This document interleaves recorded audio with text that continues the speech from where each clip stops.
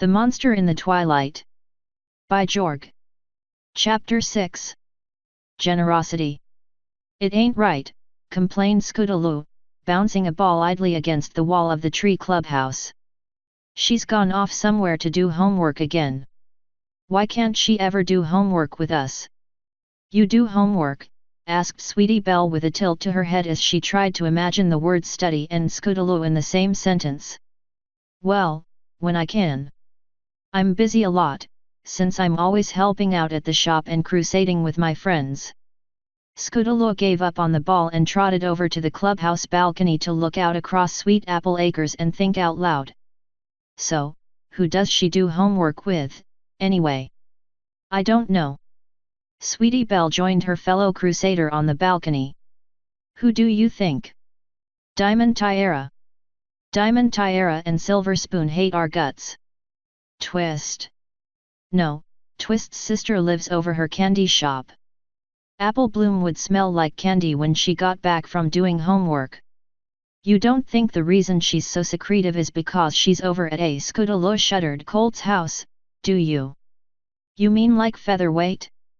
He's not so bad, for a colt. But his whole house smells like photo-developing fluid.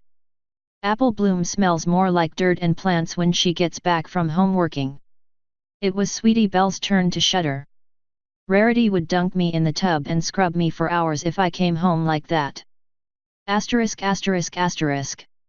Scootaloo gave Sweetie Belle a ride back to the Carousel Boutique, but without the additional presence of Apple Bloom, the extra speed she was able to squeeze out of the scooter just did not seem worth it. There was still an hour before she was supposed to be back at the machine shop to help Aunt Quick Fix clean up the tools and things before dinner.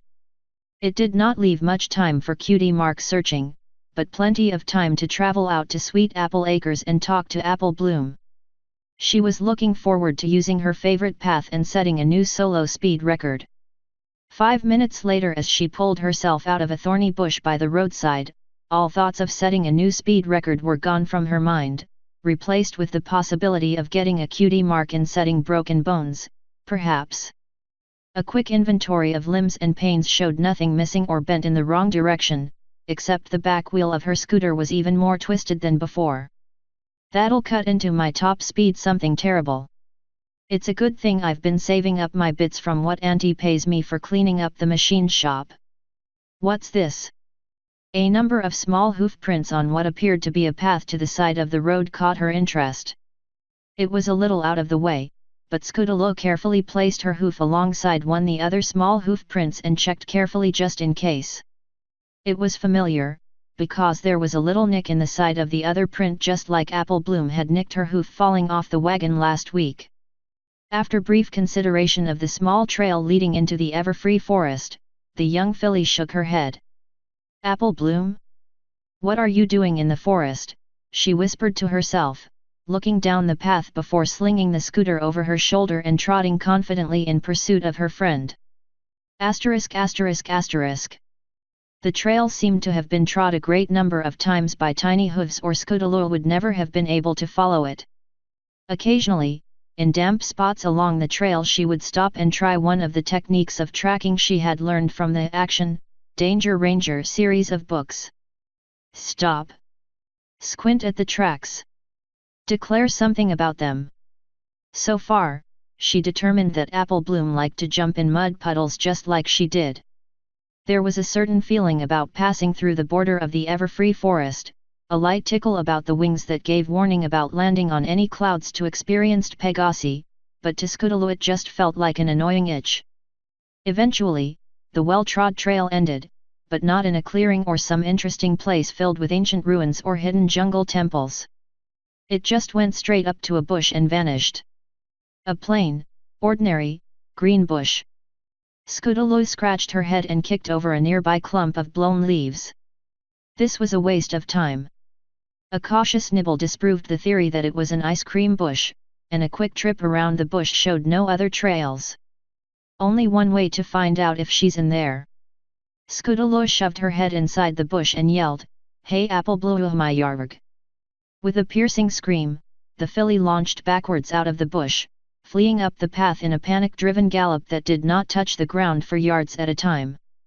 An explosive bang from behind accelerated her gait to dangerous levels, even for Scootaloo.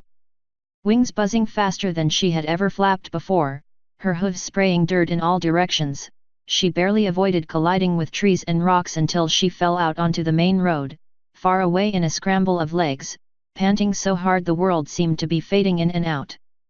When Scootaloo had finally caught her breath and gotten a tentative grip on her panic, her eyes wanted to go in 3 directions. She could flee to Sweet Apple Acres and get Big Macintosh to go rescue Apple Bloom from having a book read to her by a monster. Or... no, wait. She had seen a monster, there was no doubt of that. It certainly fit the ideal model of one, looking like it had been patched together from the bodies of dead ponies and given life by a crazed unicorn in a lightning storm. All the monster needed was to stagger down the main street of Ponyville, chasing little fillies to gobble up, and it would fit the example of every monster Scootaloo had seen in films perfectly. She was not going to volunteer to be the chased filly. Not even with a movie contract. The problem with that theory was the book that had been sitting between Apple Bloom and the monster.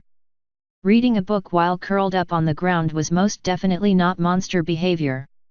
None of the stories she had ever read had a monster in them who tortured their victims by reading to them, although it did sound a little bit scary, in particular if there was a test at the end. Then again, monsters had to have something to do when they were not stumbling through town, groaning and stomping in pursuit of little foals to gobble up.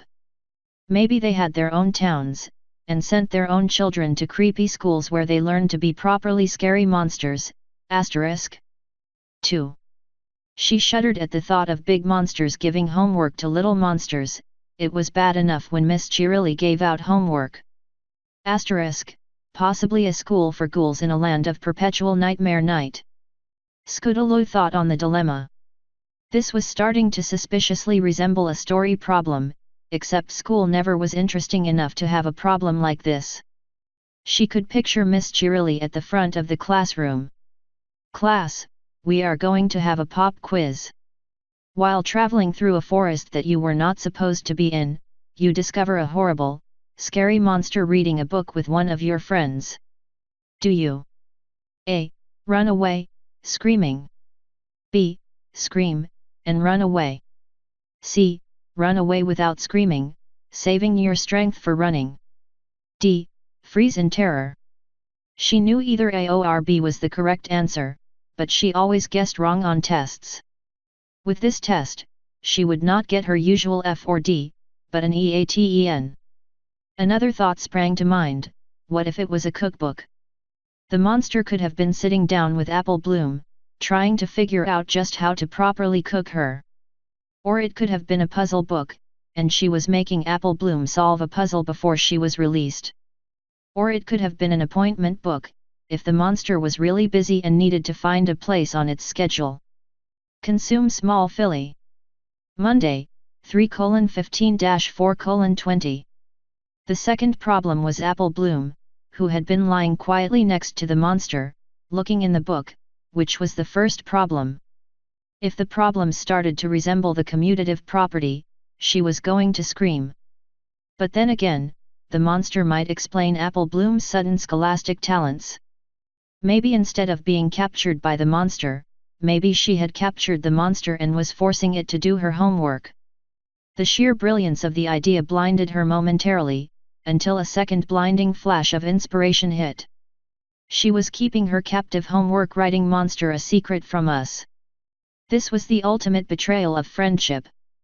No greater criminal conspiracy could be considered.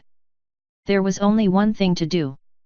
Only one pony she could trust with this earth-shattering news. Scootaloo put her scooter down on the road and began to drive at a suicidal pace.